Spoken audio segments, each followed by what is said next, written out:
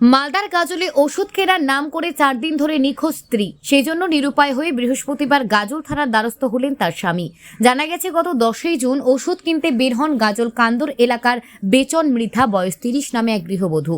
তারপর থেকে আত্মীয় স্বজন সহ বিভিন্ন এলাকায় খুঁজেও তার স্বামী গৌতম মৃধা হদিশ পাননি। সেই জন্য এদিন প্রতিবেশীদের সঙ্গে নিয়ে গাজল থানায় অভিযোগ জানান। গৌতম মৃধা বলেন, বাড়িতে সন্তানরা রয়েছে, আমরা চাই পুলিশ আমার স্ত্রীকে উদ্ধার করুক। কি হয়েছে দাদা বিষয়টা? বাড়ি থেকে ওষুধ কেনার নাম করে বাড়ি থেকে 10 তারিখে বেরিয়েছে। আজকে 4 দিন হয়ে গেল, এখনো কোনো খোঁজ খবর নেই। আমরা গোটায় দুনিয়া খুঁজেছি, এখনো পাইনি।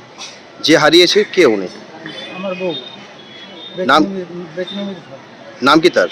বেচিনি মির্জা। বাড়ি কোথায়? বাড়ি হলো কান্দর। কি বলে বাড়ি থেকে বেরিয়েছিল?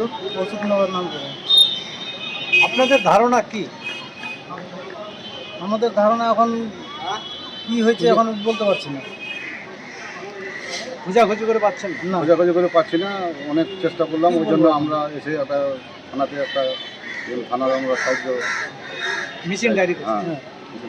আত্মীয় স্বজনের বাড়ি সব জায়গায় খোঁজ নেওয়া হয়েছে, এখন পর্যন্ত কোনো খোঁজ পাননি। না, এখন কি চাইছেন আপনারা? আমরা চাই যে খুঁজে বার করলে ভালো হয়। ছেলে মেয়ে কয়টা আপনার? 3টা। ছেলে মেয়ে কি বাড়িতেই?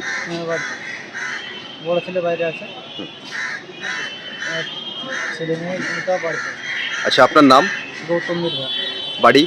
কান্দ, কান্দর। কোন অঞ্চল? পর্যন্ত। বরকচ। দেখতে থাকুন নিউজ প্রাইম টাইমস, আপনাদের সাথে আপনাদের পাশে।